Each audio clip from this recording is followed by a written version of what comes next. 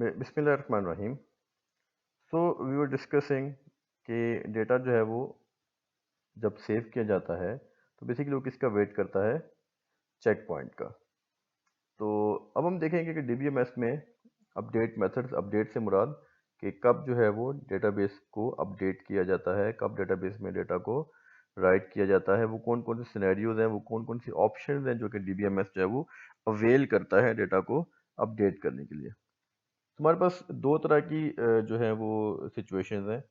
एक जो है वो rule that is known as immediate update. Immediate update ये कहता है कि transaction does not wait for a checkpoint. मतलब कि आपकी ट्रांजैक्शन जो है वो वेट नहीं करेगी, किसका वेट नहीं करेगी? चेक पॉइंट का वेट नहीं करेगी कि to update database results in the database. अभी तो हमने कहा था कि जब तक चेक पॉइंट नहीं आता तो डेटाबेस अपडेट नहीं होती। बट इमीडिएट अपडेट जो है वो उसको नेगेट करता है। वो कहता है भाई मैंने किसी भी चेक पॉइंट का वेट नहीं करना। जैसे ही transaction, as soon as transaction issues write operation, जैसे ही ट्रांजैक्शन जो है वो राइट ऑपरेशन इशू करेगी, values are saved into the database. जैसे ही राइट ऑपरेशन आई, ठक करके डेटाबेस ने क्या किया, डीबीएमएस ने वैल्यूज को डेटाबेस में परमानेंटली तौर पे राइट कर दिया। द रीज़न इज कि कुछ ट्रांजैक्शन जो है वो they are of important nature, कि उसमें हम डिले जो है वो अफोर्ड नहीं कर सकते। तो हम ये चाहते हैं कि वो वाली ट्रांजैक्शन जब वो सिस्टम जैसी डेटा को राइट करे, फ़ौरन से डेटाबेस अपडेट हो जाए ताकि दूसरों को विजिबल किया जा सके। ठीक है। दूसरा scenario that is known as deferred update.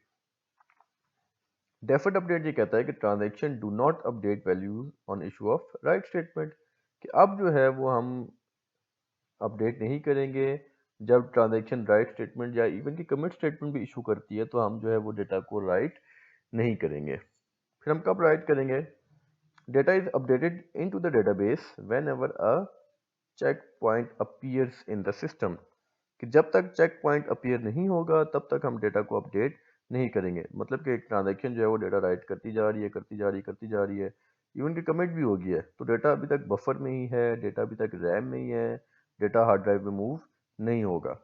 कब तक मूव होगा? जैसे ही चेक पॉइंट आएगा तो बफर में जितनी भी वैल्यूज हैं जो कि सिस्टम ने, ट्रांजैक्शन ने राइट की थी, वो सारी की सारी जो है वो उठा के कहाँ पे ले जाएगा? हार्ड ड्राइव में ले जाएगा। तो बेसिकली डेफर्ड अपडेट जो चेक पॉइंट का वेट करता है, उससे पहले वैल्यू सेव नहीं करता। इमीडिएट अपडेट किसी भी चेक पॉइंट का वेट नहीं करता। इमीडिएट अपडेट का चेक पॉइंट से कोई भी लेना देना नहीं है। जैसे ही राइट किया, ठक करके उसने वैल्यू जो है वो डेटाबेस में मूव कर देनी है। Checkpoint appearance can vary and depend upon system. कि चेक पॉइंट कब आता है, that is dependent upon the system. वो कम इंटरवल के बाद भी आ सकता है, वो ज़्यादा इंटरवल के बाद भी आ सकता है। तो ये सिस्टम पर डिपेंड करता है। There is no hard and fast rule to follow that. Let us say हम एक छोटी सी ना एक एग्जांपल कर लेते हैं। It is quite funny example, ताकि आप लोगों को समझ आ जाए कि इमीडिएट और deferred update basically how it works. पहले हम इमीडिएट अपडेट की बात करते हैं।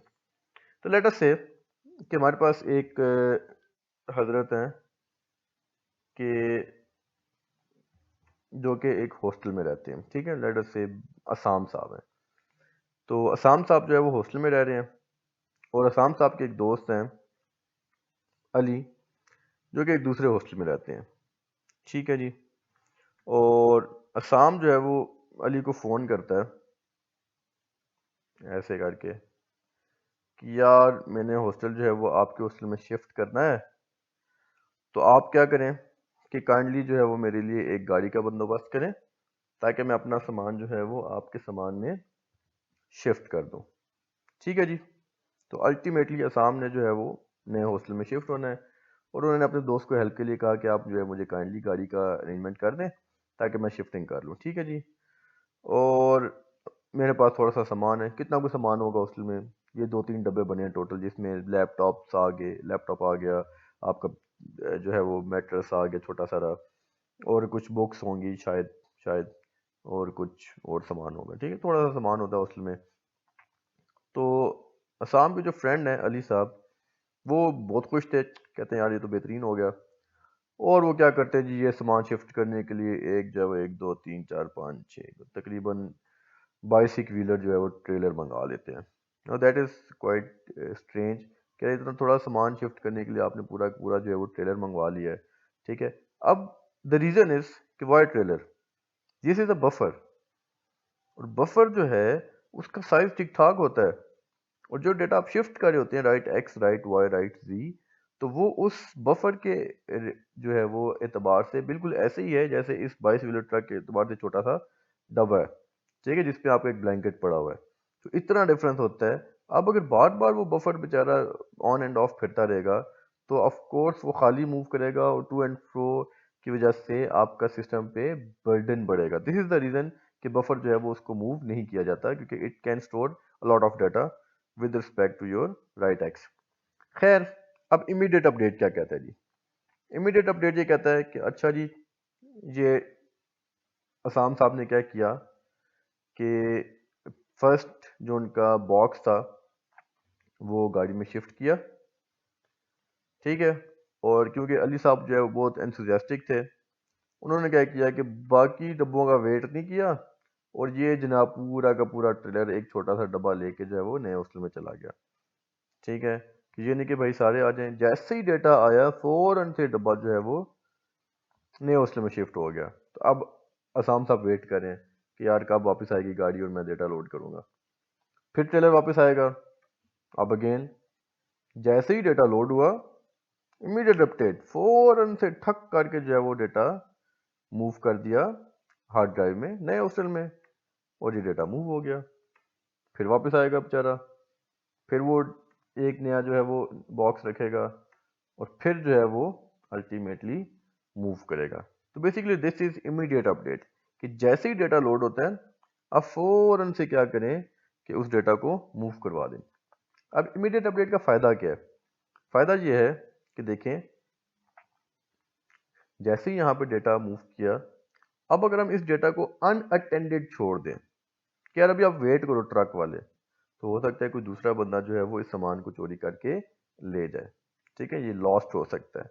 हम कहते हैं कि जैसे ही इंपॉर्टेंट सामान, लेट्स से इसमें ज्वेलरी पड़ी है काफ़ी इंपॉर्टेंट, या बॉन्ड्स पड़े हैं, कैश पड़ा है, कि भाई जैसे ही डेटा हमने गाड़ी में रखा, फटाफट गाड़ी लेके जो है वो डेस्टिनेशन में पहुंचाए। जैसे आप बैंक में करते हैं कि बैंक से आपने 5-10 लाख रुपया निकलवाना है, तो जैसे ही आप पैसे निकलवाते हैं फौरन से बाइक पकड़ो, चलो चलो चलो, कोई रास्ते में शॉपिंग नहीं करनी, घर चलो, या जहाँ पे आपने डिलीवर करने हैं। तो इमीडिएट अपडेट क्या करता है कि जो आप डेटा आपने रखा है वो लॉस्ट होने से बच जाता है, पर उसके लिए कॉस्ट हमें क्या बेयर करनी पड़ती है, हमें टू एंड फ्रो बार बार मूव करना पड़ता है, ठीक है। ये इमीडिएट अपडेट का जो है वो फायदा भी है और उसका थोड़ा सा नुकसान भी है, ठीक है जी। अब हम आते हैं डेफर्ड अपडेट पे।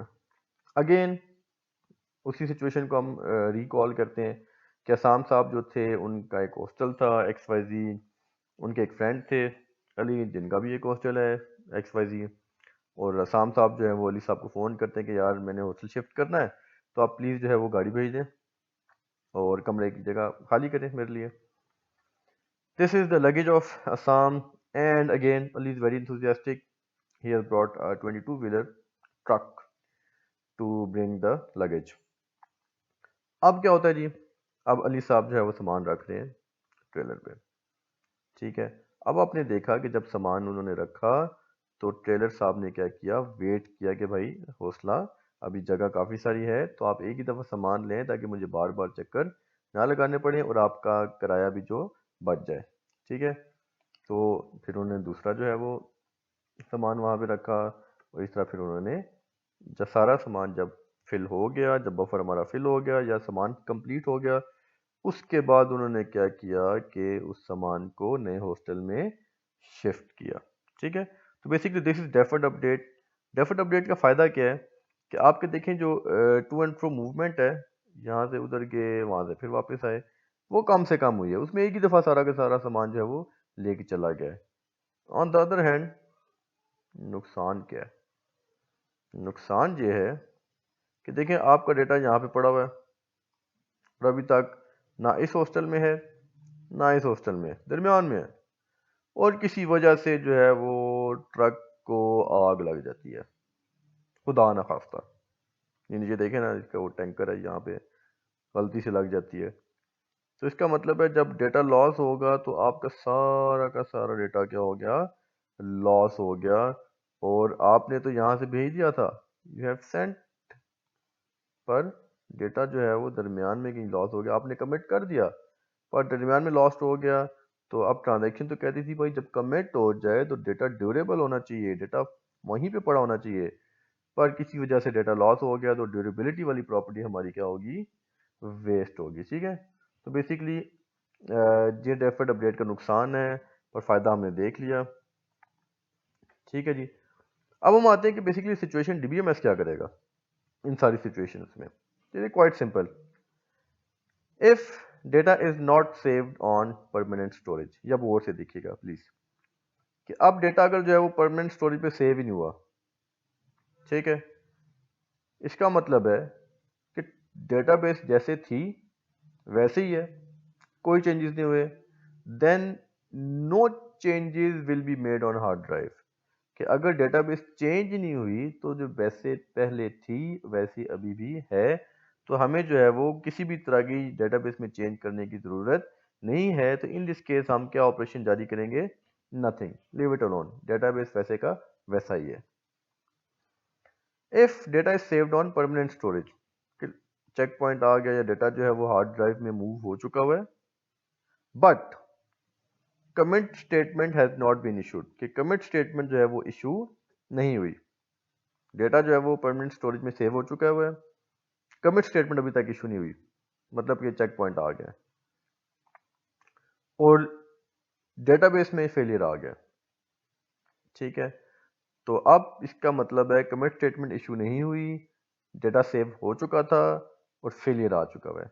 तो इन दिस केस फिर हम क्या करेंगे, रोल बैक करेंगे, क्योंकि कमिट अभी नहीं हुआ था, ट्रांजैक्शन ने डेटाबेस में चेंजेस कर दी थी, उन चेंजेस को फिर हमें रोल बैक करना पड़ेगा। क्यों रोल बैक करना पड़ेगा, ताकि हम जो है वो जो चेंजेस हुई हैं उनको क्या कर सकें, रिवर्ट कर सकें, और जब हम रिवर्ट करेंगे तो फिर डेटाबेस दोबारा से कंसिस्टेंट स्टेट में आ जाएगी, क्योंकि हमें पता है कि कमिट से पहले जब भी फेलियर आता है तो हम एक ही काम करते हैं, रोल बैक करते हैं, ताकि एटॉमिसिटी को मेक श्योर किया जाए, ताकि या तो सारे के सारे ऑपरेशन चलें या बिल्कुल नहीं चले। तो क्योंकि कमिट से पहले फेलियर आया तो इसलिए हमें क्या करना पड़ेगा, रोल बैक। पर कीपिंग इन माइंड उस वक्त रोल बैक करेंगे जब परमानेंट स्टोरेज में डेटा सेव हो चुका होगा।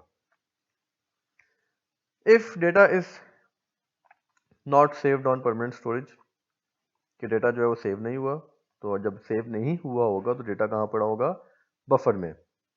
अब डेटा बफर में पड़ा हुआ है और कमिट स्टेटमेंट जो है वो इशू हो चुकी हुई है, मतलब ट्रांजेक्शन कंप्लीट है, डेटा बफर में पड़ा हुआ है, चेक पॉइंट का वेट कर रहा है, ट्रांजैक्शन कमिट करके चली गई, डेटा अभी तक हार्ड ड्राइव में सेव नहीं हुआ और फेलियर आ जाता है जी।